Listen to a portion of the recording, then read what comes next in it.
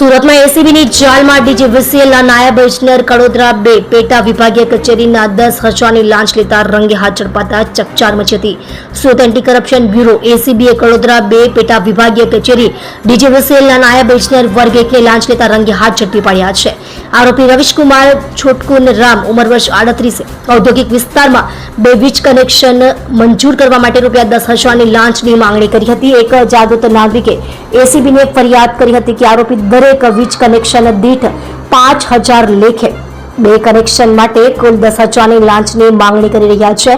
ACB આ ફરિયાદના આધારે કિડોઈ ટ્રેપ ગોઠવી હતી. 30 મે 2025ના રોજ કડોદરા સબસ્ટેશન કમ્પાઉન્ડમાં આવેલી નાયબ ઇજનેરની ઓફિસમાં આરોપીને લાંચની રકમ સ્વીકારતા ઝડપી લેવામાં આવ્યા. પોલીસ ઇન્સ્પેક્ટર SD ધોબી અને એસીબી ટીમે કાર્યવાહી કરી હતી. મદદનીશ નિયામક RR ચૌધરીના સુપરવિઝન હેઠળ આ સમગ્ર ઓપરેશન પાર પાડવામાં આવ્યું હતું. એસીબી આરોપી પાસેથી લાંચની સંપૂર્ણ રકમ 10,000 રિકવર કરી છે.